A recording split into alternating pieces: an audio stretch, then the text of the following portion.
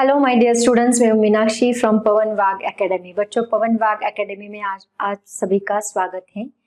बच्चों, kinetic theory of gases class 12 की journey already हम लोगों ने स्टार्ट की है। काइनेटिक थ्योरी ऑफ गैसेस के 5 लेक्चर अपलोड हो चुके हैं।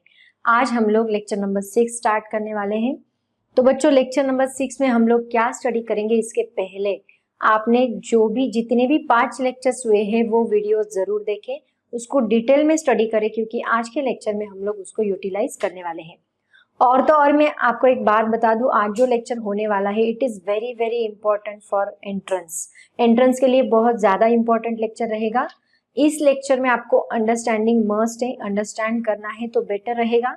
हेडफोन्स लगा के बैठें एंड फुल कंसंट्रेशन के साथ लेक्चर देखें, क्योंकि लेक्चर में बहुत ही इमेजिनेशन है। तो इमेजिनरी कंसेप्ट्स में आपको बताने वाली हूँ, पूरा विजुअलाइजेशन बताने की कोशिश करूंगी, विजुअलाइज करने की कोशिश करूंगी, तो बेटर रहेगा आप लोग कंसंट्रेट करके सुने, ठीक है।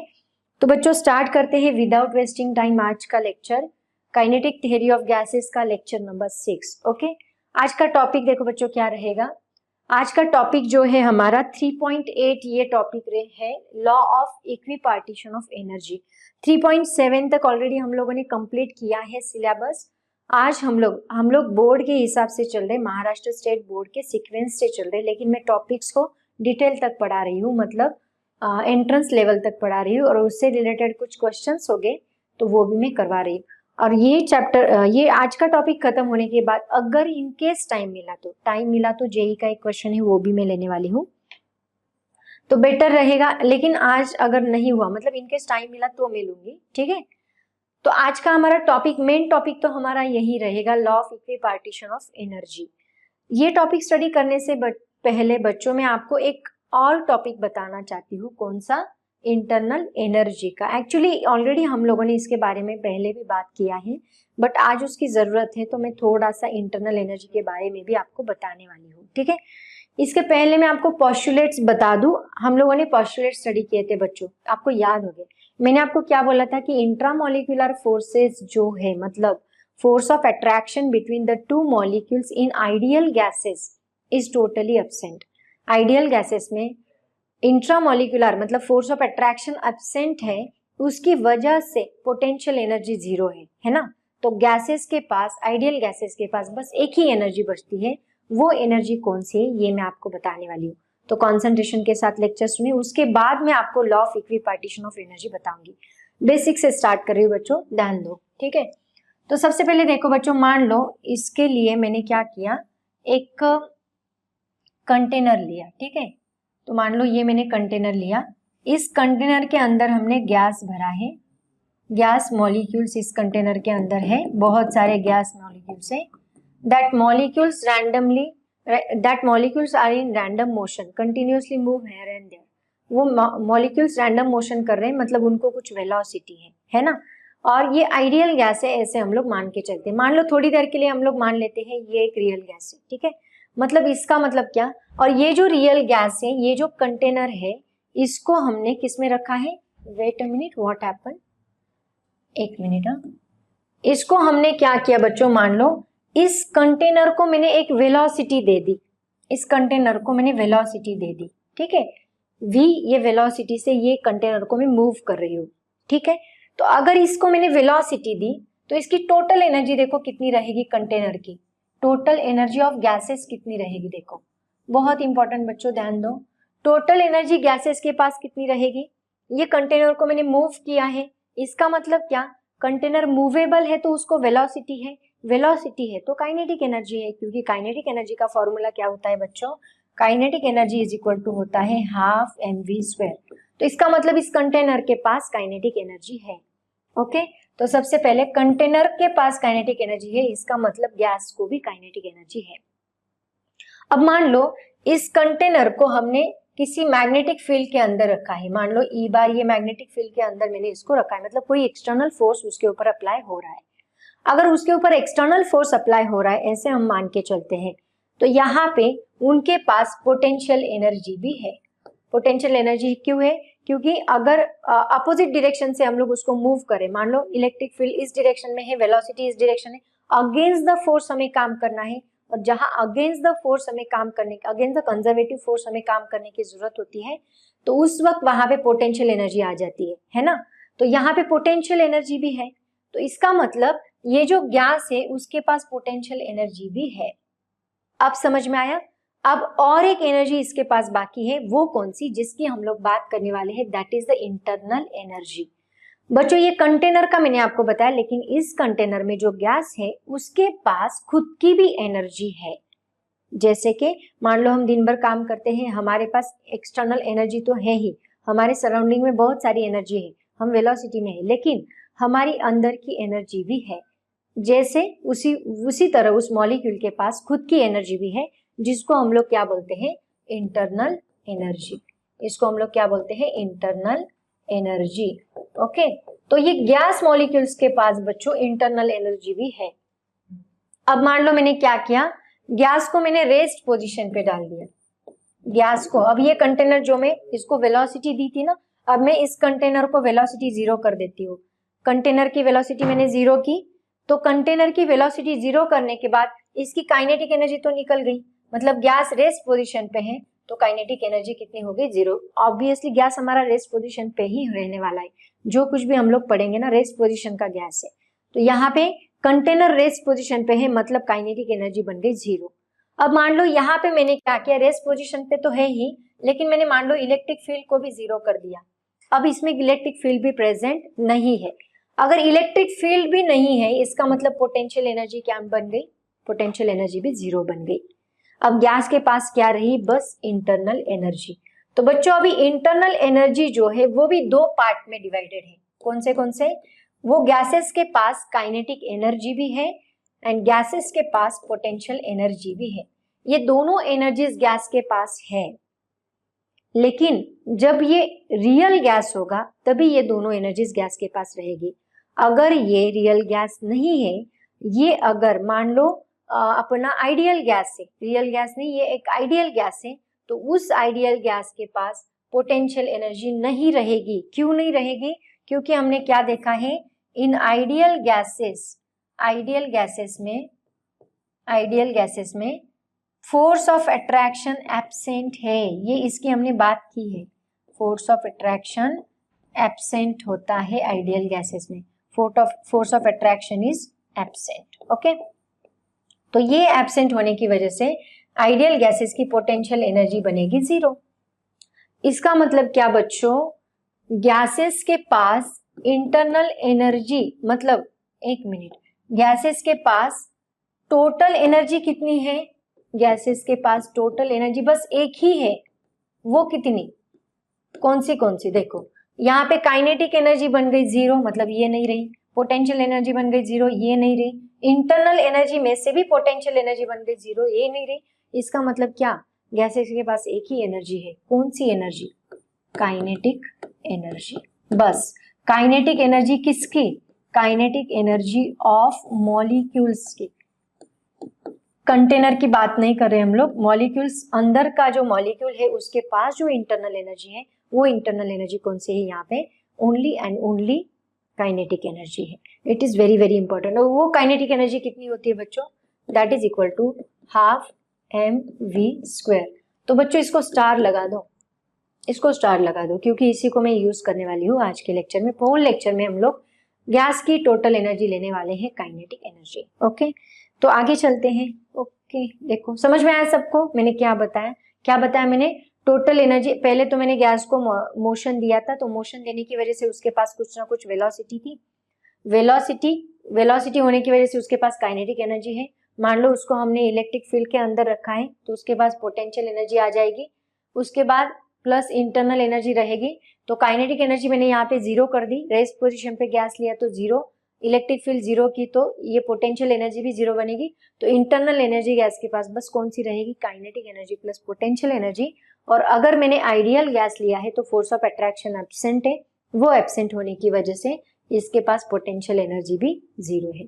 तो बच्चों टोटल एनर्जी कितनी है गैस के पास, वो बस इंटरनल एनर्जी की काइनेटिक एनर्जी, मतलब काइनेटिक एनर्जी ऑफ मॉलिक्यूल्स है, एंड वो कितनी है, हाफ mv², इतनी एनर्जी है। अब चलते हैं लॉ ऑफ इक्विपार्टीशन की तरफ।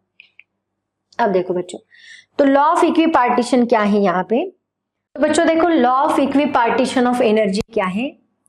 Law of equipartition of energy मतलब क्या, अगर हमने गैस लिया which is in thermal equilibrium, मान लो यहाँ पे मैंने गैस लिया which is in thermal equilibrium. Thermal equilibrium का मतलब क्या बच्चों, मान लो सराउंडिंग का टेम्परेचर एक्सचेंज करने के बाद, अभी मैं इसके लिए थर्मल इक्विलिब्रियम के लिए आपको एक एग्जांपल देती हूँ। एक्चुअली आगे का जो टॉपिक है आपका थर्मोडायनेमिक्स में थर्मल इक्विलिब्रियम ये कंसेप्ट बहुत डिटेल में है, बट अभी आपको पता नहीं है, मैं बता देती हूँ। मान लो हमने चाय रखी है रूम में, इनिशियली वो उसका टेम्परेचर बहुत ज्यादा होता है एंड सराउंडिंग का टेम्परेचर कम होता है, तो यहाँ पे exchange of heat takes place. चाय क्या करती है, अपनी हीट बाहर सराउंडिंग को देती है, इवॉल्व करती है और सराउंडिंग हीट लेती है। तो इस दौरान क्या होता है, टेम्परेचर एक पर्टिकुलर लेवल तक एक्सचेंज होगा और एक स्टेज ऐसी आएगी कि चाय का टेम्परेचर एंड सराउंडिंग का टेम्परेचर दोनों का टेम्परेचर सेम रहेगा। तो जो केस पे दोनों का टेम्परेचर सेम रहेगा उसी को हम लोग बोलते हैं थर्मल इक्विलिब्रियम स्टेज। ओके, तो ये मान लो यहाँ पे गैस कौन से थर्मल इक्विलिब्रियम स्टेज पे है, एट अ टेम्परेचर टी पे। एट अ टेम्परेचर टी पे गैस का टेम्परेचर क्या है, थर्मल इक्विलिब्रियम है, मतलब बाहर का टेम्परेचर गैस का टेम्परेचर इक्वल है, ऐसे हम लोग मान के चलते हैं। तो उस वक्त उसकी जो एवरेज एनर्जी रहेगी मॉलिक्यूल की associated with each quadratic term. Each quadratic term का मतलब क्या बच्चों, इसको मैं बहुत डिटेल में बताऊंगी आपको। तो उस मॉलिक्यूल की एनर्जी जो है which is associated with each quadratic term वो कितनी रहेगी, दैट इज हाफ केबीटी। अब ये हाफ केबीटी कहाँ से आया ये भी मैं आपको बताती हूँ। देखो, हमने काइनेटिक एनर्जी का एक फॉर्मूला डिराइव किया था, अगर आपको याद होगा। मैंने क्या फॉर्मूला बताया था आपको, kinetic energy is equal to कितना होता है, 3/2 NKBT। ये फॉर्मूला बच्चों हमने डिराइव किया था, प्रीवियस लेक्चर्स देखो उसमें मैंने इस फॉर्मूले को डिराइव करके दिया है। तो ये कितना है, E is equal to 3/2 NKBT। मान लो इस n को मैंने इधर शिफ्ट किया, तो ये n शिफ्ट करने के बाद ये डिवाइड होगा इस side, E divide by n बनेगा। तो E divide by n is equal to कितना है, 3/2 KBT बनता है। इसका मतलब यहाँ एनर्जी पर मॉलिक्यूल, ये क्या है, दिस इज एनर्जी पर मॉलिक्यूल कितनी है, एक मॉलिक्यूल की एनर्जी यहाँ पे हमें कितनी मिल रही है, दैट इज इक्वल टू, हम बस ये पूरे गैस के बारे में नहीं, बस ये एक मॉलिक्यूल के बारे में मैं सोच रही हूँ, दैट इज इक्वल टू कितनी है, 3/2 KBT। इतनी एनर्जी है बच्चों एक मॉलिक्यूल के पास। तो उन्होंने क्या बताया है कि ये एक मॉलिक्यूल की एनर्जी है, ये क्वाड्रेटिक टर्म्स में मतलब क्या, देखो मान लो ये मॉलिक्यूल एक मॉलिक्यूल है, तो ये मॉलिक्यूल कहाँ कहाँ पॉसिबल जा सकता है, वो इस साइड जा सकता है, वो इस साइड जा सकता है, वो इस साइड जा सकता है ना, ये इसकी पॉसिबिलिटीज है। मतलब अगर मान लो किसी मॉलिक्यूल को मैं आपको पूछूं, चलो मुझे इसकी पोजीशन बताओ, तो आप मुझे क्या क्या बताओगे, इस मॉलिक्यूल का x कोऑर्डिनेट बताओगे, y कोऑर्डिनेट बताओगे, z कोऑर्डिनेट बताओगे। तो ये एक क्वाड्रेटिक टर्म हो गई, x एक क्वाड्रेटिक टर्म, y एक क्वाड्रेटिक टर्म, z एक क्वाड्रेटिक टर्म, है ना। तो एक क्वाड्रेटिक टर्म के पास मतलब एक x के पास, ये x है, ये y है, ये z है, यहाँ पे हमारा मॉलिक्यूल है, तो ये मॉलिक्यूल का x y z, तो एक क्वाड्रेटिक टर्म के पास कितनी एनर्जी है, मतलब इसके पास कितनी है, हाफ KBT, इसके पास हाफ KBT, इसके पास हाफ KBT, कितना हो गया टोटल, हाफ हाफ हाफ, कितना होगा, 3/2 KBT। समझ में आया, इसको कहते हैं law of equipartition of energy. तो बच्चों ये इसका स्टेटमेंट है, आप लोग इसको लर्न कर लो। आगे इसको मैं थोड़ा है ना डिटेल में, जैसे आपको एग्जाम में क्या पूछा जाता है पता है, बोर्ड एग्जाम में क्या पूछा जाएगा, state and explain law of equipartition of energy. तो इसको एक्सप्लेन, ये स्टेटमेंट हो गया। अब मैंने इसको ऐसे डिटेल में एक्सप्लेन नहीं किया है, मैं आपको एक्सप्लेनेशन बताती हूँ कैसे लिखोगे आप लोग। देखो सबसे पहले एक्सप्लेनेशन में आप लोग क्या लिखोगे, I should change the colour, है ना। एक्सप्लेनेशन,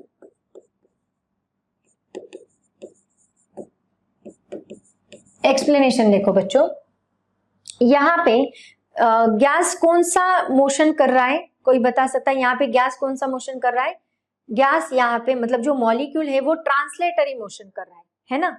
तो translatory motion, translatory kinetic energy बोलते हैं हम लोग, translatory kinetic energy, translatory kinetic energy associated with, associated, एक minute, translatory kinetic energy associated with molecule एक ही मॉलिक्यूल है for each component of x, y and z। ये कितनी रहेगी देखो, तो ट्रांसलेटरी काइनेटिक एनर्जी को हम लोग kinetic energy is equal to ऐसे लिखेंगे। तो x गैस का मॉलिक्यूल है, यहाँ पे कितना चला वो x, तो मान लो इसकी वेलोसिटी x डायरेक्शन में vx है और यहाँ पे मान लो ये y, तो यहाँ पे इसकी वेलोसिटी vy है और ये z डायरेक्शन में पॉसिबिलिटी z डायरेक्शन में इसकी वेलोसिटी vz है। तो काइनेटिक एनर्जी क्या बनेगी इसकी अलोंग x एक्सिस हर एक क्वाड्रेटिक टर्म के लिए, है ना, associated with molecule for each component of x y z, मतलब हर एक क्वाड्रेटिक टर्म के लिए कितनी रहेगी mvx square plus half mvy square plus half mvz square. बच्चों ये टर्म बहुत ज्यादा इंपॉर्टेंट है। तो ये हाफ mvx स्क्वायर x के लिए काइनेटिक एनर्जी है, हाफ mvy स्क्वायर y के लिए काइनेटिक एनर्जी है, vz स्क्वायर z के लिए काइनेटिक एनर्जी है। ठीक है, अब यहाँ पे हमें पता है कि एवरेज काइनेटिक एनर्जी कितनी होती है, अभी मैंने आपको बताया average kinetic energy is equal to 3/2 kBt। मतलब इन सबका एवरेज मैंने निकाला, वो कितना आएगा half mvx square is plus half mvy square plus half mvz square is equal to कितना आएगा बच्चों 3/2 kBt। ओके, अब यहाँ पे देखो ये 3/2 है, अगर मैं आपको बोलूं कि ये टोटल एनर्जी है, इस टोटल एनर्जी को है ना इन तीनों में बांट दो, इक्वली डिस्ट्रीब्यूट कर दो, ऐसे मैंने आपको बताया। तीनों में इक्वली डिस्ट्रीब्यूट करने के लिए अगर मैं बोलूं तो आप क्या करोगे, तीनों का इक्वल डिस्ट्रीब्यूशन करोगे, मतलब तीनों को सेम अमाउंट में एनर्जी बांटोगे। तो यहाँ पे सेम अमाउंट में एनर्जी कितनी आएगी 3/2 है ना, तो इसके लिए मैं अगर बोलूं तो ये कितना आएगा हाफ kBt आएगा, इसके लिए कितना आएगा हाफ kBt आएगा एंड इसके लिए कितना आएगा हाफ kBt आएगा। मतलब तीनों के पास हाफ kBt इतनी एनर्जी है, तो टोटल मिला के मुझे कितनी मिलेगी 3/2 kBt है। तो यही कहता है law of equipartition of energy कि ईच क्वाड्रेटिक टर्म, यहाँ पे ये एक क्वाड्रेटिक टर्म हो गया, ये दूसरा क्वाड्रेटिक टर्म हो गया, ये तीसरा क्वाड्रेटिक टर्म हो गया, तीनों के पास इक्वल एनर्जी डिस्ट्रीब्यूटेड है, ये कहता है law of equipartition of energy.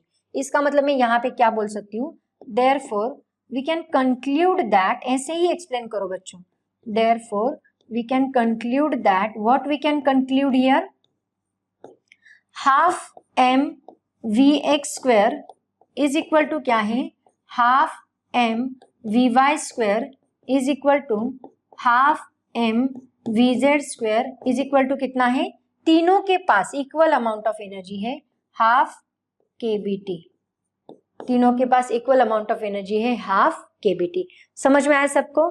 तो ये है बच्चों किसका explanation, this is the explanation of law of equipartition of energy. Law क्या है एक बार देख लो, क्या लॉ है, जो थर्मल इक्विलिब्रियम का गैस है which is at a temperature T, वो गैस के पास जो एवरेज एनर्जी रहेगी मॉलिक्यूल की that is associated with each quadratic term is half kBt। ये है हमारा law of equipartition of energy. और बच्चों इसी के आधार पर आज मैं आपको बहुत ही इंपॉर्टेंट टॉपिक पढ़ाने वाली हूँ जो कि जेई के लिए और सीईटी के लिए सभी कॉम्पिटिटिव एग्जाम्स के लिए बहुत ज्यादा इंपॉर्टेंट है। कौन सा, ये वाला degree of freedom, very very important topic. देखो बच्चों, अब डिग्री ऑफ फ्रीडम मतलब क्या होता है, मान लो किसी भी ऑब्जेक्ट का, अगर मैं आपको बोलूं कि इस ऑब्जेक्ट का मुझे पोजीशन बता दो, कहाँ पे है ये ऑब्जेक्ट, तो हम पोजीशन कैसे बताएंगे, किसी भी ऑब्जेक्ट का पोजीशन में अगर आपको पूछूं तो आप कैसे बताओगे मुझे किसी भी ऑब्जेक्ट का पोजीशन, आप क्या करोगे, मुझे उस ऑब्जेक्ट का एक्स एक्सिस बताओगे, एक्स कोऑर्डिनेट कहाँ पे है, मतलब मान लो ऑब्जेक्ट यहाँ पे है तो हम क्या पूछेंगे ये ऑब्जेक्ट कहाँ पे है, तो आप बोलोगे मान लो ये 1 2 3 जितना चला, तो मैं क्या बोलूंगी ये 3 जितना चला एक्स एक्सिस, और ये मान लो यहाँ पे 2 जितना चला वाई एक्सिस, तो हम 3, 2 ऐसे लिखेंगे अगर 2 डायमेंशनल है तो। और अगर 3 डायमेंशनल है तो तो मुझे यहाँ पे तीनों एक्सिस देने पड़ेंगे, एक्स वाई जेड, तीनों कोऑर्डिनेट मुझे यहाँ पे मेंशन करने पड़ेंगे। तो ये क्या है, हम किसी भी मॉलिक्यूल की या किसी ऑब्जेक्ट की हम लोग पोजीशन बता रहे हैं। और कन्फिगरेशन पूछा तो कन्फिगरेशन मतलब क्या कि ये कौन सी टाइप की मोशन कर रहा है, ये रोटेशनल मोशन करता है, ट्रांसलेशनल मोशन करता है कि वाइब्रेशनल मोशन करता है, तीनों टाइप की मोशन भी वो कर सकता। मॉलिक्यूल है भाई, मॉलिक्यूल तो ऐसे ट्रांसलेटरी मोशन भी करेगा, मॉलिक्यूल स्पिन भी करेगा, मतलब रोटेशनल मोशन भी करेगा, और मॉलिक्यूल है तो वो वाइब्रेशनल मोशन भी कर सकता है। मतलब मॉलिक्यूल के पास तीनों टाइप की मोशंस हो सकती है, translatory, rotational and motion vibrational, ये तीनों टाइप की मोशन मॉलिक्यूल कर सकता है। ठीक है, तो इसी मोशन का नंबर देना, मतलब टोटल इंडिपेंडेंट क्वांटिटी कितना है वो उसके पास, इंडिपेंडेंट क्वांटिटी कितनी रेफर कर रहा है वो, उसी को हम लोग क्या बोलते हैं, डिग्री ऑफ फ्रीडम। तो डिग्री ऑफ फ्रीडम की डेफिनेशन देखो क्या है, degree of freedom of a system are defined as the total number of coordinates, मतलब एक्स वाई जेड, और independent quantities required to describe the position and configuration of the system completely। किसी भी system को completely describe करने के लिए हमें कौन सी इंडिपेंडेंट क्वांटिटीज की जरूरत है, कौन सी इंडिपेंडेंट क्वांटिटी रिक्वायर्ड है, उसको हम लोग बोलेंगे डिग्री ऑफ फ्रीडम। बच्चों डेफिनेशन आपको इतनी ज्यादा समझ में नहीं आएगी, लेकिन मैं आगे का जो टॉपिक आपको बताने वाली हूँ वो बहुत ज्यादा इंपॉर्टेंट है, मतलब उसको है ना मैं एग्जाम्पल लेके बताऊंगी आपको बहुत क्लियर हो जाएगा। बस है ना आप लोग कॉन्सेंट्रेट करो, मैं आपको बताती हूँ, मैं इसको बाद में बताऊंगी, पहले तो मैं इसके एग्जाम्पल्स ले लेती हूँ। देखो मान लो यहाँ पे आपको एक एग्जाम्पल दिया है, cylinder is rolling without sleeping on a straight road. एक स्ट्रेट रोड है, इस स्ट्रेट रोड के ऊपर एक सिलेंडर को रोल किया तो उसका डिग्री ऑफ फ्रीडम क्या आएगा, ऐसे उन्होंने पूछा है। तो बहुत सिंपल है बच्चों, देखो ये सिलेंडर है, वो सिलेंडर यहाँ रोल करते करते, मान लो यहाँ पे एक ऐसा मैंने सिलेंडर लिया, ये एक सिलेंडर है ऐसे, तो ये रोल करते करते कौन से एक्सिस पे जा रहा है, बस एक्स एक्सिस पे। वाई एक्सिस से कुछ लेना देना ही नहीं है उसका, जेड एक्सिस से भी कुछ लेना देना नहीं है, तो ये बस एक ही डायरेक्शन से जा रहा है, तो एक ही डायरेक्शन है ना इसके पास, तो पोजीशन आपने बस एक ही बताई, कौन सी, एक्स, तो यहाँ पे एक्स एक ही पोजीशन है, इसीलिए इसका डिग्री ऑफ फ्रीडम क्या रहेगा, बस 1 रहेगा। नंबर, टोटल नंबर कितना है इसका, 1। डिग्री ऑफ फ्रीडम, एक्चुअली ये सिंपल क्वेश्चन है, ये आपको पूछा नहीं जाएगा, जस्ट फॉर द एग्जांपल के लिए मैंने आपको बताया। ये बस एक्स एक्सिस से चल रहा था ना, तो इसका आप डिग्री ऑफ फ्रीडम क्या लिखोगे, 1 ही तो लिखोगे। ठीक है, सिलेंडर है क्योंकि, इसको मैं ज्यादा डिटेल में ले लेते हैं, आगे चलते हैं। उसके बाद और एक क्वेश्चन है, देखो, for a molecule which has restricted its motion in a plane. एक मॉलिक्यूल है जो एक प्लेन में, प्लेन मतलब क्या होता है आपको पता है ना, मान लो ऐसा हमने एक प्लेन लिया, तो इस प्लेन में जेड एक्सिस नहीं आएगा, इसमें बस 2 ही एक्सिस रहेंगे, एक कौन सा, this is along X axis, this is along Y axis. तो एक मॉलिक्यूल है जिसको इस प्लेन के अंदर रिस्ट्रिक्टेड किया गया, बस वो इसी प्लेन में घूमेगा, यहां से जाएगा, यहां से जाएगा, यहां से जाएगा, यहां से जाएगा, मतलब ये इधर आ ही नहीं सकता, इस साइड में नहीं आएगा, बस इसी प्लेन के ऊपर घूमेगा।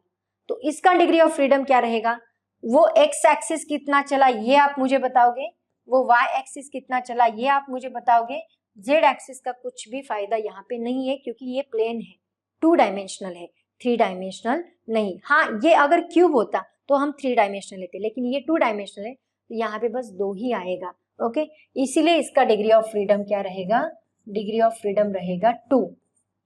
डिग्री ऑफ फ्रीडम क्या रहेगा इसका, दैट इज इक्वल टू 2। तो इसका डिग्री ऑफ फ्रीडम 2 है बच्चों। मतलब जब मॉलिक्यूल एक ही डायरेक्शन में चलता है तो डिग्री ऑफ फ्रीडम होता है 1, जब मॉलिक्यूल 2 एक्सिस के अलोंग चल रहा है तो डिग्री ऑफ फ्रीडम होगा 2, जब मॉलिक्यूल 3 एक्सिस ऑफ चलेगा तो डिग्री ऑफ फ्रीडम रहेगा 3। समझ में आया, क्योंकि 3 क्वाड्रेटिक टर्म्स जो उसका कॉन्फ़िगरेशन, पोजीशन डिफाइन करने के लिए हमें रिक्वायर्ड है, इसलिए हम लोग उसका डिग्री ऑफ फ्रीडम ऐसे लिखते हैं। अब इसको थोड़ा और डिटेल में पढ़ते हैं। चलो देखो, classification of degree of freedom. Actually degree of freedom को 3 पार्ट्स में क्लासिफाई किया जाता है। सबसे पहला है translational degree of freedom. Translational degree of freedom, translational degree of freedom मतलब क्या, देखो इसका मतलब क्या, मॉलिक्यूल का ट्रांसलेशनल मोशन होना, मॉलिक्यूल ऐसे थोड़ी ना है, मॉलिक्यूल बस रोटेशनल मोशन ही करेगा, स्पिन ही करेगा, मॉलिक्यूल बस वाइब्रेट ही होगा, ऐसे नहीं ना, मॉलिक्यूल ऐसे मूव हो सकता है। तो मान लो मॉलिक्यूल यहाँ पे ट्रांसलेटरी मोशन कर रहा है, ये मॉलिक्यूल है, तो ट्रांसलेटरी मोशन वो इस डायरेक्शन में कर सकता है, इस डायरेक्शन में कर सकता है, इस डायरेक्शन में कर सकता है। इसका मतलब इसका डिग्री ऑफ फ्रीडम कितना रहेगा, 3। तो यहाँ पे मैं क्या लिखती हूँ देखो, translational kinetic energy, translational kinetic energy is equal to क्या रहेगा बच्चों, half M V X square plus half M V Y square plus half M V Z square. तो कितना हुआ, 1 2 3। तो यहाँ पे ट्रांसलेशनल डिग्री ऑफ फ्रीडम कितना आएगा, translational degree of freedom, degree of freedom is equal to कितना आएगा बच्चों, दैट इज इक्वल टू आएगा 3। ओके, ये हो गया पहला। सेकेंड क्या है, second classification rotational degree of freedom. Molecule rotation भी तो कर सकता है, rotational degree of freedom. Rotational degree of freedom देखो क्या है, अब यहाँ पे क्या होगा, मॉलिक्यूल रोटेट भी होगा, है ना। मान लो ये एक्स एक्सिस के अलोंग मतलब ऐसे ऐसे रोटेट हो रहा है, वाई एक्सिस के अलोंग ऐसे ऐसे रोटेट होगा, जेड एक्सिस के अलोंग ऐसे ऐसे रोटेट होगा, है ना। ये एक्स एक्सिस के अलोंग ऐसे रोटेट होगा, वाई एक्सिस के अलोंग ऐसे, जेड एक्सिस के अलोंग ऐसे, मतलब ये तीनों एक्सिस पे घूम रहा है। इसका मतलब अब इसका काइनेटिक एनर्जी का फॉर्मूला क्या बनेगा, रोटेशनल काइनेटिक एनर्जी का फॉर्मूला क्या बनेगा देखो, rotational kinetic energy is equal to, यहाँ हाफ तो हाफ ही रहेगा, रोटेशनल डायनेमिक्स में हमने काइनेटिक एनर्जी का फॉर्मूला डिराइव किया है, तो m को रिप्लेस करेगा I एंड v को रिप्लेस करेगा omega, omega X square, X axis के अलोंग ये बनेगा फॉर्मूला, प्लस y एक्सिस के अलोंग क्या बनेगा, half I omega y square, plus z axis के अलोंग क्या बनेगा, half I omega z square. तो ये हुआ रोटेशनल काइनेटिक एनर्जी। अगेन कितना है डिग्री ऑफ फ्रीडम, 1 2 3। तो इसका डिग्री ऑफ फ्रीडम देखो क्या बनेगा बच्चों, कॉन्सेंट्रेशन के साथ सुनो, लेक्चर स्किप मत करो, कंटिन्यूअसली सुनो, कंटिन्यूएशन में सुनोगे तो ज्यादा समझ में आएगा। Degree of freedom is equal to क्या बनेगा यहाँ पे 3, किसका, रोटेशनल का, रोटेशनल डिग्री ऑफ फ्रीडम। और थर्ड है, इधर लिखती हूँ थर्ड है वाइब्रेशनल, थर्ड क्लासिफिकेशन में 3 टाइप आते हैं। तीसरा कौन सा है, vibrational degree of freedom, vibrational degree of freedom, DOF भी लिखते हैं इसको।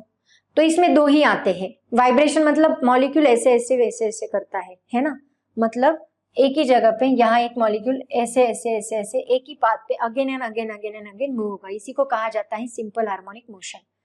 तो बच्चों यहाँ पे molecule along X axis along Y axis नहीं कर रहा है, मॉलिक्यूल के पास 2 एनर्जीज है यहाँ पे, मॉलिक्यूल के पास वेलोसिटी है मतलब इसके पास काइनेटिक एनर्जी है, और मॉलिक्यूल यहाँ से यहाँ जा रहा है, यहाँ से वापस यहाँ आ रहा है, तो ऑपोजिट डायरेक्शन में फोर्स लगा रहा है ना। क्यों फोर्स लगा है, वो मॉलिक्यूल्स को मीन पोजीशन की तरफ जाना है। एक्चुअली आपको पेंडुलम पता है, पेंडुलम जैसे ही मॉलिक्यूल कर रहा है, मान लो पेंडुलम यहाँ पे है, पेंडुलम ऐसे रोटेट होता है ना, अगेन एंड अगेन, इसको कहा जाता है वाइब्रेटरी मोशन। तो मॉलिक्यूल का ये ऐसे क्यों कर रहा है, क्योंकि ये पेंडुलम इस साइड जाएगा तो फोर्स इस डायरेक्शन में लगेगा, मॉलिक्यूल इस साइड जाएगा तो फोर्स इस डायरेक्शन में लगेगा, मतलब टुवर्ड्स द मीन पोजीशन यहाँ पे फोर्स लग रहा है। वैसे ही कुछ मॉलिक्यूल का हो रहा है। तो यहाँ पे बस 2 ही एनर्जीज है, मॉलिक्यूल को वेलोसिटी है मतलब काइनेटिक एनर्जी आ गई, और molecule against the force, restoring force के अगेंस्ट काम कर रहा है तो पोटेंशियल एनर्जी आ गई। तो इसके पास 2 एनर्जीज है वाइब्रेशनल डिग्री ऑफ फ्रीडम में, कौन सी एक है kinetic energy plus potential energy. तो इसका डिग्री ऑफ फ्रीडम क्या रहेगा देखो, इसका kinetic energy half mu square हम लोग ले रहे हैं, mv स्क्वायर भी आप लोग ले सकते हैं, एंड पोटेंशियल एनर्जी हम लोग सिंपल हार्मोनिक मोशन में एक फॉर्मूला देखने वाले आगे जाके, आई थिंक ऑसिलेशन चैप्टर है उसमें हम लोग देखेंगे। ऑसिलेशन चैप्टर में किसका पोटेंशियल एनर्जी का फॉर्मूला क्या है, हाफ kx स्क्वायर, इसी को half omega m omega square भी बोला जाता है, बट हम लोग ये फॉर्मूला यहाँ एक्चुअली ये फॉर्मूला बस याद रखो, अभी आगे जाके मैं इसको डिराइव करके ही देने वाली हूँ। पोटेंशियल एनर्जी का फॉर्मूला क्या है, हाफ kx²। किसके लिए, ये काइनेटिक एनर्जी SHM के लिए, SHM का फॉर्मूला है ये, सिंपल हार्मोनिक मोशन, जिसको वाइब्रेटरी मोशन कहा जाता है। ठीक है, तो यहाँ पे बस डिग्री ऑफ फ्रीडम कितना आएगा, 1 और 2। तो वाइब्रेशन में वाइब्रेशनल डिग्री ऑफ फ्रीडम कितना होता है बच्चों, दैट इज इक्वल टू 2 होता है। देखो ये नंबर यहाँ पे बहुत इंपॉर्टेंट है। डिग्री ऑफ फ्रीडम रोटेशन का रहेगा 3, इसको मैं कलर चेंज कर देती हूँ तो आपको याद रहेगा, है ना। देखो इसका डिग्री ऑफ फ्रीडम होता है 3, इसका भी डिग्री ऑफ फ्रीडम होता है 3, वाइब्रेशनल का डिग्री ऑफ फ्रीडम होता है 2। क्योंकि ट्रांसलेशनल डिग्री ऑफ फ्रीडम तीनों एक्सिस पे है, रोटेशनल डिग्री ऑफ फ्रीडम भी तीनों एक्सिस पे है, and vibrational degree of freedom 2 he energies है, काइनेटिक एंड पोटेंशियल एनर्जी, यहाँ पे एक्सिस नहीं है। ठीक है, 2 एनर्जीज है, 2 एनर्जीज में इसका डिस्ट्रीब्यूशन हुआ है, इसीलिए यहाँ पे कितना है, 2। वेरी इंपॉर्टेंट बच्चों। अब इसके ऊपर बेसिस पे हम लोग 3 गैसेस का डिग्री ऑफ फ्रीडम देखने वाले हैं। कौन से टाइप्स ऑफ गैसेस कौन से होते हैं, मोनो एटॉमिक गैस होता है, डायटोमिक गैस होता है, एंड पॉली एटॉमिक गैस होता है। तो सबसे पहले मैं आपको mono atomic, very important for the entrance, mono atomic gas का डिग्री ऑफ फ्रीडम मैं आपको बताऊंगी कैसे निकालना है। उसके बाद हम पॉली एटॉमिक का देखेंगे, डायटोमिक का देखेंगे, एंड पॉली एटॉमिक का। तीनों का डिग्री ऑफ फ्रीडम मैं आपको इमेजिन करके, मतलब विजुअलाइज कराऊंगी। आप लोग सब लोग कॉन्सेंट्रेट करके सुनो। देखो सबसे पहले देखते हैं मोनो एटॉमिक गैसेस का। बच्चों मोनो एटॉमिक गैस जो है वो सिंगल है ना, एक सिंगल मॉलिक्यूल है मोनो एटॉमिक गैस का, सिंगल मॉलिक्यूल। ये सिंगल मॉलिक्यूल कहाँ जाएगा, देखो ये सिंगल मॉलिक्यूल एक्स एक्सिस के पास जा सकता है, ट्रांसलेटरी मोशन करेगा, Y axis and Z axis, ये ऐसे घूम सकता है ना, इसका पोजीशन ऐसे वो चेंज कर सकता है, along X axis, along Y axis, along Z axis. तो यहाँ पे सबसे पहला कौन सा रहेगा हमारा, ट्रांसलेशनल डिग्री ऑफ, तीनों निकालेंगे हम लोग, मोनो एटॉमिक के लिए तीनों, डायटोमिक के लिए तीनों, एंड पॉली एटॉमिक के लिए तीनों, एंड देन लास्ट में मैं आपको एक टेबल बताऊंगी, उसमें सभी आ जाएगा। वो एक टेबल अगर आपने एंट्रेंस के लिए लर्न कर लिया ना, that is more than sufficient. तो ट्रांसलेशनल डिग्री ऑफ फ्रीडम क्या रहेगा, देखो degree of freedom is equal to क्या बनेगा बच्चों, 3 पॉसिबिलिटीज मैंने आपको बताई। कौन सी, translational kinetic energy is equal to, translational kinetic energy is equal to क्या है, half mvx² plus half mvy² plus half mvz²। ठीक है, ये रहा ट्रांसलेशनल। तो इसका कितना हुआ डिग्री ऑफ फ्रीडम, 1 2 3। तो translational degree of freedom for monoatomic, translational degree of freedom for monoatomic कितना है, that is equal to 3। Okay, इसको अंडरलाइन करके रखो। सेकेंड, अब देखते हैं रोटेशनल। रोटेशनल में क्या आएगा बच्चों, रोटेशनल डिग्री ऑफ फ्रीडम में क्या आएगा, देखो यहाँ पे अगर मैं ये मॉलिक्यूल देखो, मान लो ये मॉलिक्यूल है, ये मॉलिक्यूल अगर ऐसे रोटेट हो रहा है, बच्चों मॉलिक्यूल बहुत छोटा है, इट इज वेरी स्मॉल, अगर वो ऐसे डिग्री ऑफ ऐसे रोटेट होगा, बस ऐसे ही तो रोटेट होगा, और अगर ऐसे भी रोटेट हुआ, मान लो along X axis, along Y axis, along Z axis, कैसे भी रोटेट होगा, तो उसका रेडियस बहुत छोटा है। क्योंकि देखो फॉर्मूला क्या है अपना, हाफ आई ओमेगा स्क्वायर, आई का मतलब क्या होता है यहाँ पे, mr², तो यहाँ पे r मतलब क्या, रेडियस। तो ये मॉलिक्यूल ऑलरेडी इतना छोटा है, उसकी रेडियस और भी बहुत छोटी है, और वो उसी रेडियस के अराउंड घूम रहा है, मतलब इसका एक्सिस ऑफ रोटेशन से r मतलब distance from axis of rotation वो बहुत ही कम है, कम मतलब नहीं के बराबर। तो अगर ये r 0 बन जाए तो ये पूरी वैल्यू 0 बन जाए, और ये पूरी वैल्यू 0 बन जाए तो ये पूरी वैल्यू 0 बन जाए, मतलब मोनो एटॉमिक गैसेस के लिए रोटेशनल डिग्री ऑफ फ्रीडम नहीं होता, कितना होता है, 0 होता है। एंड थर्ड, इसका वाइब्रेशन भी नहीं रहेगा, vibrational degree of freedom, single molecule के लिए वाइब्रेशनल डिग्री ऑफ फ्रीडम भी नहीं रहेगा। सिंगल मॉलिक्यूल वाइब्रेट भी होगा तो वो खुद के वाइब्रेशन से, दो मॉलिक्यूल्स के अंदर के वाइब्रेशन, और वैसे भी हम लोग क्या बोल रहे हैं, ये आइडियल गैस है, आइडियल गैस में फोर्स ऑफ अट्रैक्शन नहीं है, तो उसकी वजह से उसके वाइब्रेशन यहाँ पे काउंट नहीं होंगे, ठीक है। तो वाइब्रेशनल डिग्री ऑफ फ्रीडम कितना है, 0, इसलिए हम लोग यहाँ पे बोलेंगे टोटल डिग्री ऑफ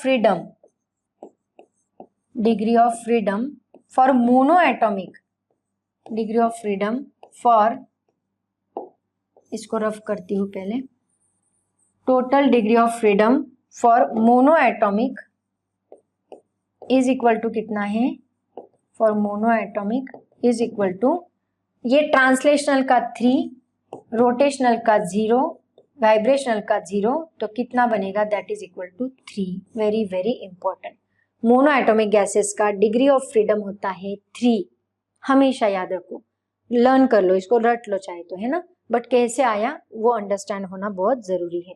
ऐसे ही बच्चों ये मोनोएटॉमिक गैसेस कौन से है, हेलियम है, नियॉन है, आर्गॉन है, तो इनका डिग्री ऑफ फ्रीडम कितना होता है, 3 होता है।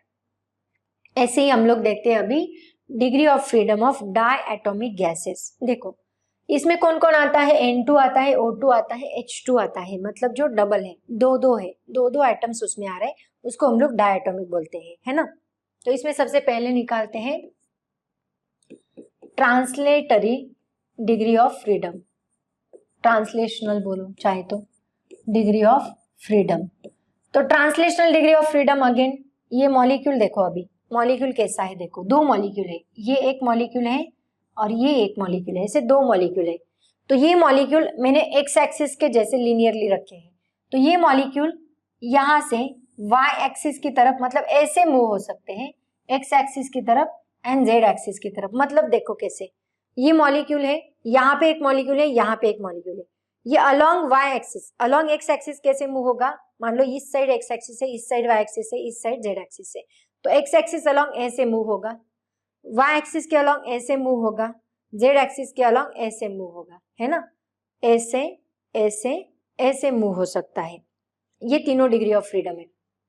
तो इसका भी सेम आएगा क्या, translational kinetic energy, translational kinetic energy is equal to half M V X square plus half M V Y square plus half M V Z square. बच्चों यहाँ पे एक बात याद रखनी है, डिग्री ऑफ फ्रीडम डायएटॉमिक के लिए 2 टाइप्स के बनते हैं। पहला, ये रिजिड का मैं बताती हूँ अभी आपको, पहले रिजिड मॉलिक्यूल होगा तो उसके लिए अलग रहेगा, रिजिड मॉलिक्यूल, रिजिड बॉडी बोलो चाहे तो, एंड नॉन रिजिड बॉडी के लिए अलग रहेगा। रिजिड मतलब क्या, जिसके मॉलिक्यूल बहुत कॉम्पैक्ट है, जिसका शेप हम लोग चेंज नहीं कर सकते, ऐसे बॉडी को हम लोग रिजिड बॉडी बोलते हैं। तो रिजिड बॉडी के लिए डिग्री ऑफ फ्रीडम अलग है, किसका, डायएटॉमिक का। एंड नॉन रिजिड मतलब कि गैसेस इसमें आएंगे, तो गैसेस के लिए डिग्री ऑफ फ्रीडम अलग रहेगा। तो इन दोनों के लिए डिग्री ऑफ फ्रीडम अलग अलग है। तो इसका डिग्री ऑफ फ्रीडम, पहले हम रिजिड का देख रहे हैं अभी, रिजिड का डिग्री ऑफ फ्रीडम देखो कितना, 1, इसका 2, इसका 3। तो ट्रांसलेशनल डिग्री ऑफ फ्रीडम कितना है, translational degree of freedom is equal to कितना है, 3। सिमिलरली यहाँ पे सेकेंड है rotational degree of freedom, rotational degree of freedom, इसमें क्या आएगा देखो, अब यहाँ पे 3 आने चाहिए ना, एक्स वाई जेड, बट नहीं, ऐसे नहीं होता। देखो यहाँ पे मैं आपको है ना एग्जांपल लेके बताती हूँ, मैं अभी थोड़ा विजुअलाइज करती हूँ, आपको दिख रहा है कि नहीं दिख रहा है, let me check. Pen, 1 minute sir, देखो ना एक बार, पेन दिख रहा है, यहाँ पे मैं ऐसे दिखा रही हूँ, दिख रहे हैं, थैंक यू सर। तो देखो मैंने यहाँ पे 3 एक्सिस लिए हैं बच्चों, ये एक्स एक्सिस है, ये वाई एक्सिस है और ये जेड एक्सिस है, ठीक है, और ये हमारा मॉलिक्यूल है। अज्यूम करो, इमेजिन करने की कोशिश करो, ठीक है, ये हमारा मॉलिक्यूल है। तो बच्चों इसका हमें रोटेशनल लेना है, ट्रांसलेशनल हो गया, अभी रोटेशनल देख रहे हैं हम लोग। तो रोटेशनल कैसे आएगा देखो, अलोंग एक्स एक्सिस ये यहाँ खुद के अराउंड रोटेट होगा, मतलब ऐसे रोटेट होगा, अलोंग एक्स एक्सिस है ना, ऐसे रोटेट होगा। तो अलोंग एक्स एक्सिस क्या है, अलोंग एक्स एक्सिस रेडियस बहुत छोटा है, मतलब half I omega X square. तो यहाँ आई का आर बहुत ही छोटा है, क्योंकि ये ऐसे ही रोटेट हो रहा है ना, ऐसे मतलब ये मॉलिक्यूल का ही रेडियस आ गया आगे, ये ऐसे रोटेट होगा, ऐसे रोटेट होगा, मतलब मॉलिक्यूल का ही रेडियस आ गया। इसका एक्सिस ऑफ रोटेशन x आना चाहिए, ऐसे हम लोग उसको रोटेट करेंगे। तो ये ऐसे रोटेट हो रहा है, तो इसका रेडियस बहुत छोटा, उसकी वजह से इसका i क्या बनेगा, 0 बनेगा। उसकी वजह से x एक्सिस के अलोंग डिग्री ऑफ फ्रीडम कितना है, 0। x एक्सिस के अलोंग डिग्री ऑफ फ्रीडम कितना है, 0। अब बात करते हैं y एक्सिस की। y एक्सिस रहेगा क्या, चेक करते हैं। देखो मॉलिक्यूल ये है, ये अपना मॉलिक्यूल है। अब इसका axis of rotation along y axis आना चाहिए। तो मैंने मॉलिक्यूल को ऐसे रखा है, ऐसे रखा है ना, ये दो मॉलिक्यूल से दो एटम से, उनको मैंने ऐसे रखा है। y एक्सिस के अलोंग वो कैसे रोटेट होंगे, यहाँ से ऐसे, मतलब यहाँ पे मैं अलोंग y एक्सिस मतलब ऐसे रोटेट होगा वो, है ना। मतलब देखो यहाँ साइड में दिखाती हूँ, ऐसे रोटेट होगा, ऐसे।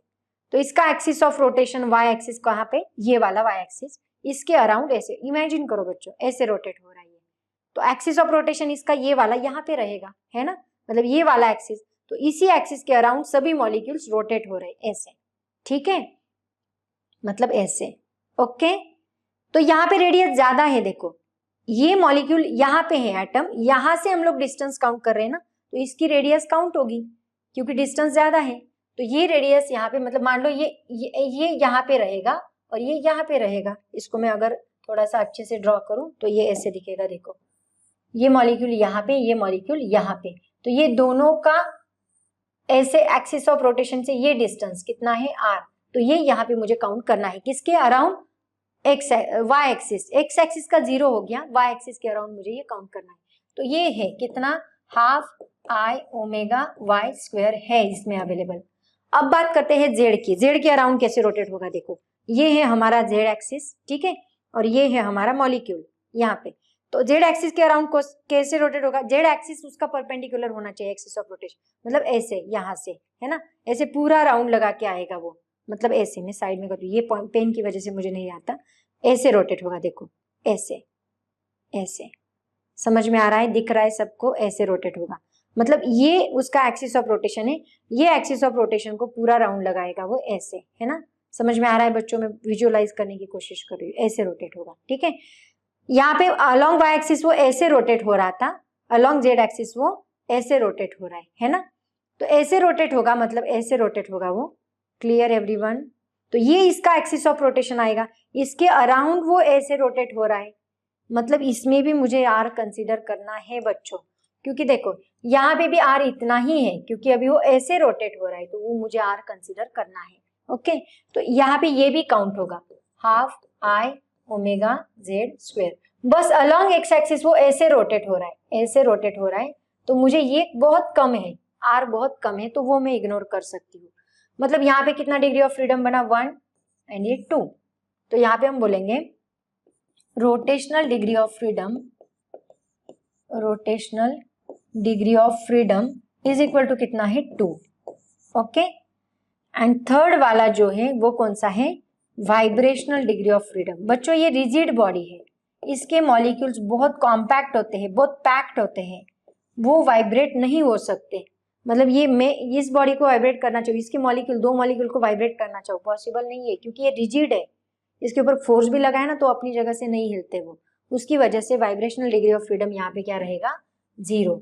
तो बच्चों degree of freedom, degree of freedom किसका, टोटल डिग्री ऑफ फ्रीडम किसका, डायटोमिक गैसेस का, स्टार करके लिखो चाहे तो, total degree of freedom for diatomic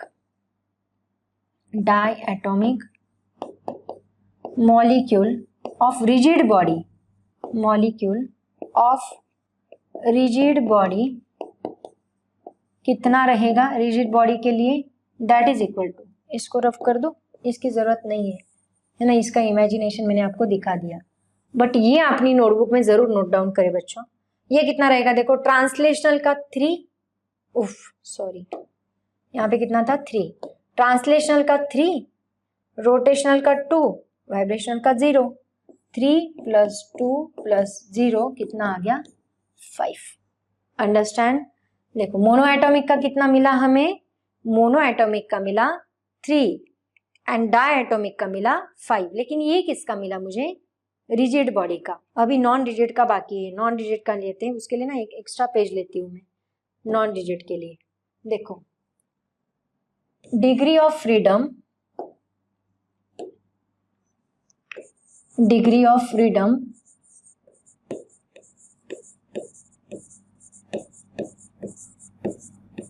for non rigid molecule, non rigid body, उसका मॉलिक्यूल। ओके, तो इसमें फर्स्ट जो है ट्रांसलेशनल काइनेटिक एनर्जी, वो है ट्रांसलेशनल डिग्री ऑफ फ्रीडम उतना ही है, ट्रांसलेशनल डिग्री ऑफ फ्रीडम उतना ही है, कितना 3, ऑलरेडी हमने निकाला वैसे ही।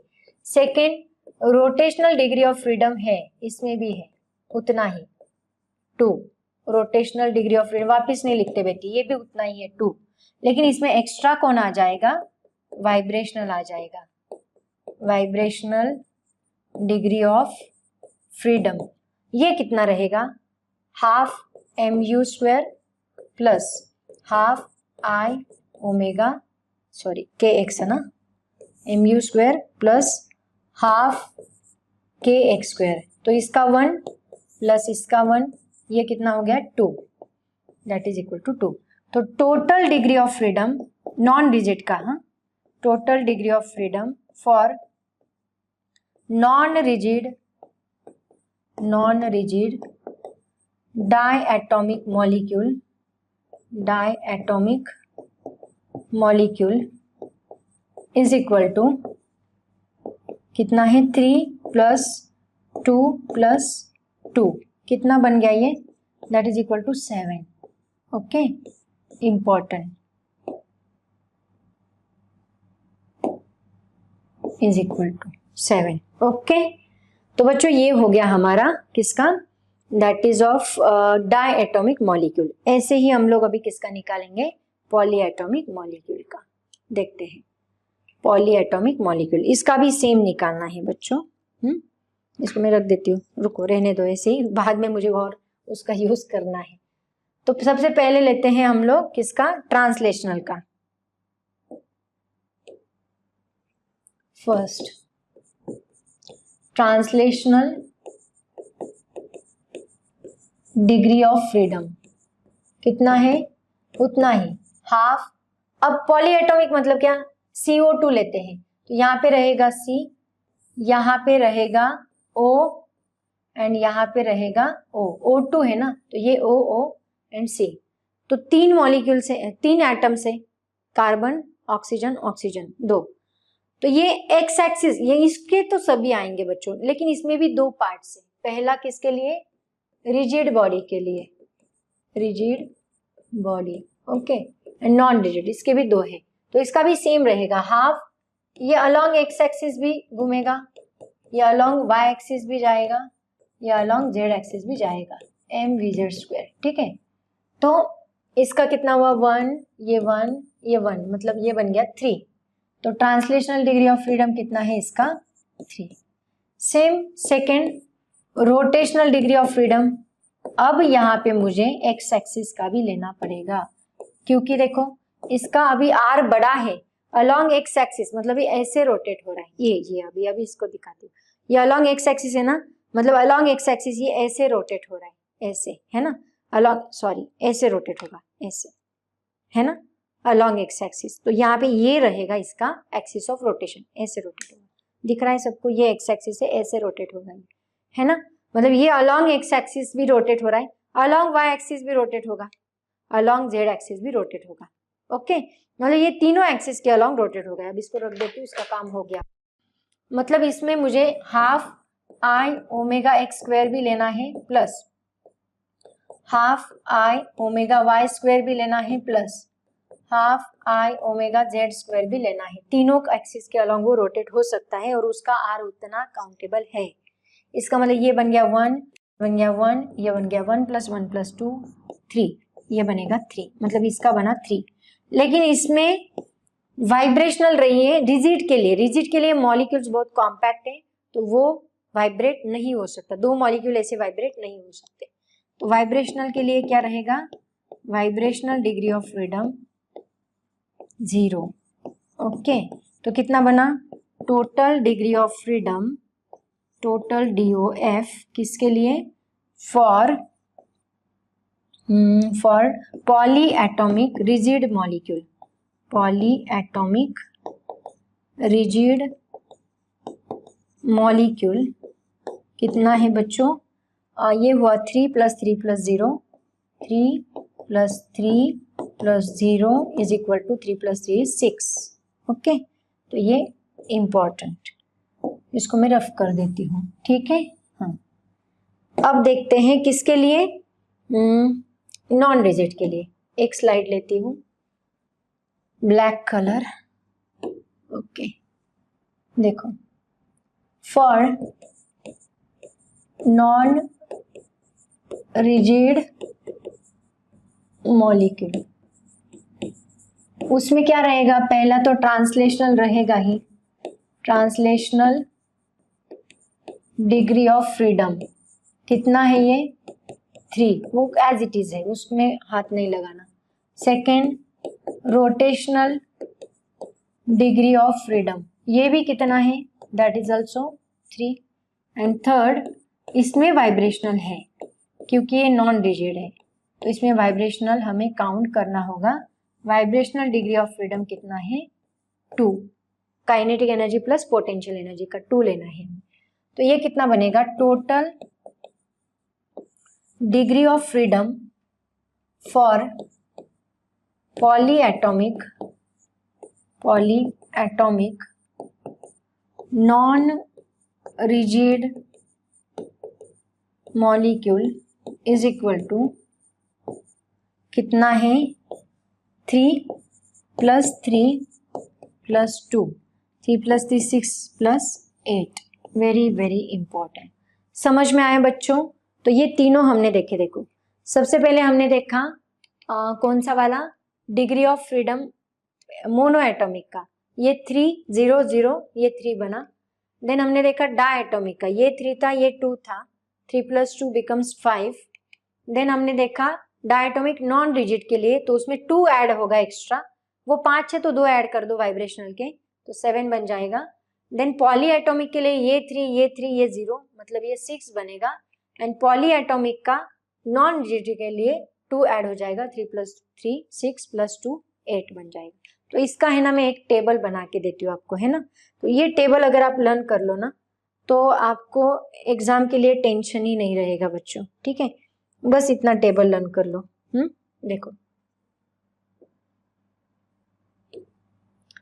सबसे पहले आप लिखोगे मोनो एटॉमिक, ठीक है। मोनो एटॉमिक का कौन सा है? ट्रांसलेशनल है प्लस रोटेशनल, शॉर्ट में बताती हूँ, देन वाइब्रेशनल, ठीक है। ये तीनों का लगाना है। उसके बाद आता है डायटॉमिक। डायटॉमिक में 2 पार्ट है। पहला है रिजिड बॉडी, रिजिड बॉडी के लिए translational plus rotational plus vibrational. Then diatomic में के लिए कौन सा आता है? इसको है ना ऐसे करते हैं हम लोग, इसके 2 पार्ट्स करती हूँ, यहाँ पे ये से है ना, यहाँ पे डायटॉमिक, देन ये नॉन रिजिड, ठीक है, नॉन रिजिड। एंड देन हम लोग लिखेंगे यहाँ पे पॉलीएटॉमिक। पॉलीएटॉमिक के भी 2 पार्ट है, पॉलीएटॉमिक, इसके भी 2 पार्ट। पहला कौन सा? रिजिड, एंड दूसरा नॉन रिजिड, 2 पार्ट है, ओके। इसको है ना नीचे लिखती हूँ, ऐसा टेबल बनाओ बच्चों। देन यहाँ पे रहेगा डिग्री ऑफ फ्रीडम, ये एक लाइन यहाँ पे खींच दो। ऐसा एक टेबल बना लिया ना आप लोगों ने, टेंशन ही नहीं रहेगा। देन यहाँ पे रहेगा डिग्री ऑफ फ्रीडम,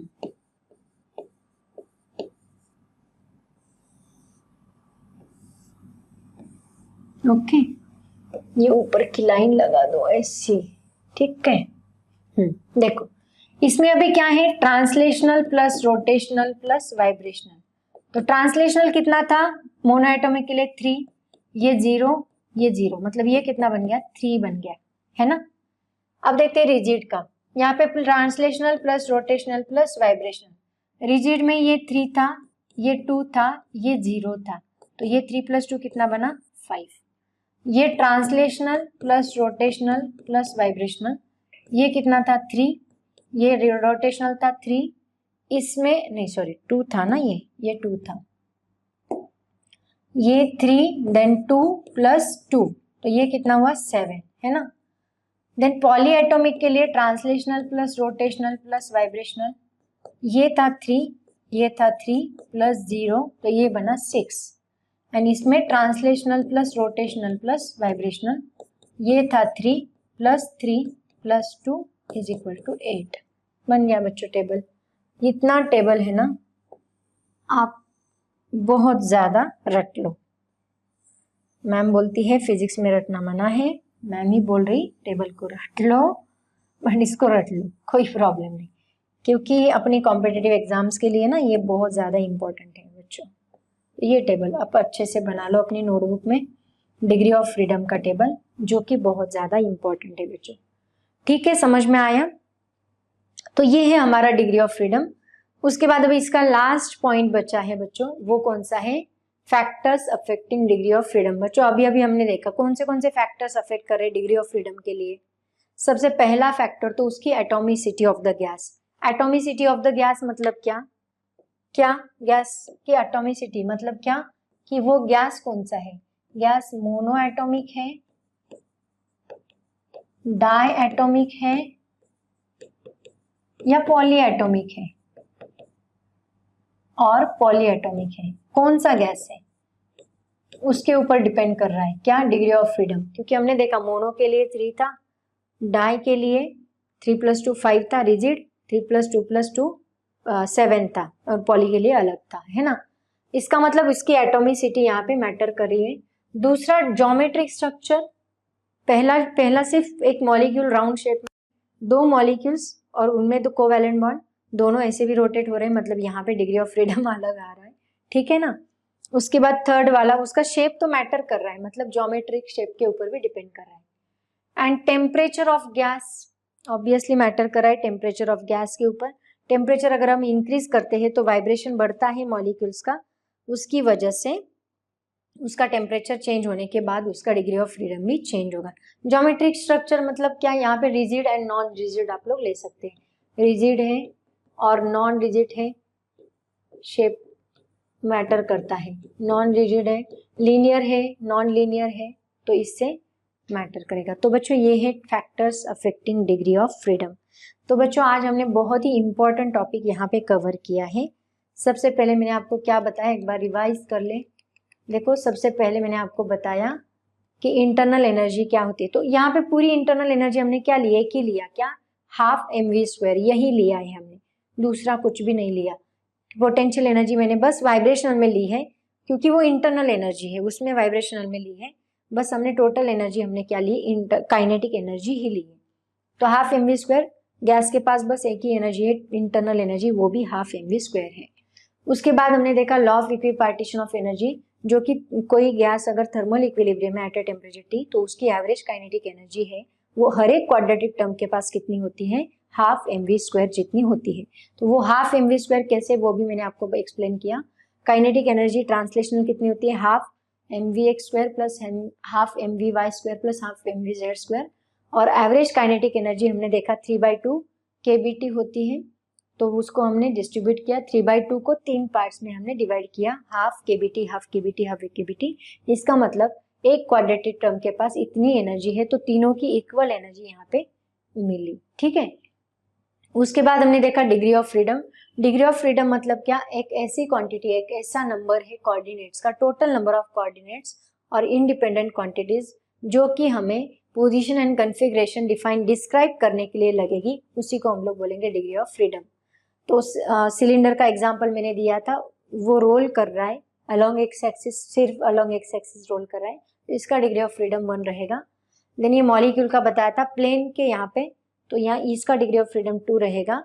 एंड उसके बाद हमने क्लासिफिकेशन देखा, 3 डिग्री ऑफ फ्रीडम होती है। ट्रांसलेशनल उसकी 3 रहेगी, रोटेशनल 3 रहेगी, एंड वाइब्रेशनल की 2 रहेगी, यहाँ पे मैंने एक्सप्लेन किया था। ठीक है, ये क्लासिफिकेशन हो गया, 3 पार्ट्स में इसको क्लासिफाई किया जाता है। फिर एक एक मोनो एटॉमिक का हमने देखा 3 0 0 कैसे आए ये मैंने आपको बताया। देन डायटोमिक का रिजिड बॉडी के लिए 5 आया एंड डायटोमिक का नॉन रिजिड के लिए 7 आया, 2 इसमें ऐड हो गया। पॉली एटोमिक के लिए रिजिड बॉडी का 6 आया एंड नॉन रिजिड के लिए 8 आया एंड देन मैंने ये आपको टेबल बनाया, दीज आर द फैक्टर्स। तो बच्चों ये आज का हमारा लेक्चर था। होप सो सभी टॉपिक्स आपको बहुत अच्छे से क्लियर हुआ होगा। ये जो टॉपिक है इसको है ना फुल कॉन्सेंट्रेट करके सुनो। आप जितना कॉन्सेंट्रेट करके सुनोगे, जितना अंडरस्टैंड करोगे, उतना आपको एग्जाम में अच्छे मार्क्स आएंगे। ठीक है, और हर एक टॉपिक को खत्म होने के बाद खुद की नोट्स बनाओ, खुद की हैंड रिटन नोट्स लिखो और उसको सॉल्व करने की कोशिश। अब इससे रिलेटेड न्यूमेरिकल्स नेक्स्ट लेक्चर में हम लोग देखेंगे। 3.9 टॉपिक जो कि है स्पेसिफिक हीट कैपेसिटी, वो हम लोग नेक्स्ट लेक्चर में कवर करेंगे, लेकिन वो लेक्चर के पहले ये लेक्चर आपको जरूर आना चाहिए, तभी आपको उसमें समझ में आएगा। तो बच्चों ऑल द वेरी बेस्ट। आज के लिए हम यहीं पे रुकते हैं। ऑल द वेरी बेस्ट, पढ़ाई करते रहो। Thank you so much and bye bye.